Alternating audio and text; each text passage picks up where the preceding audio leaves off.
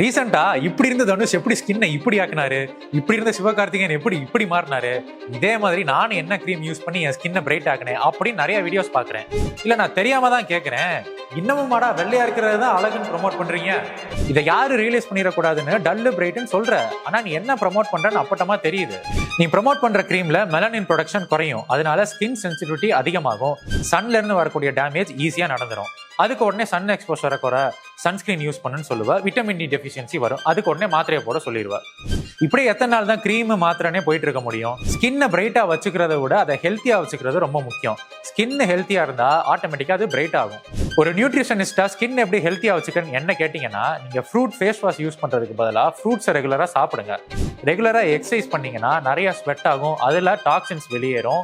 இது போக உங்களோட ஸ்லீப், ஸ்ட்ரெஸ், வாட்டர் இன்டேக் இதெல்லாம் டேக் கேர் பண்ணீங்கனாலே போதும். இதெல்லாம் ஃபோக்கஸ் பண்ணியும் உங்க ஸ்கின்ல ஏதாச்சும் பிரச்சனை இருக்குன்னு நினைச்சீங்கன்னா ஒரு நல்ல டெர்மட்டாலஜிஸ்ட போய் பாருங்க.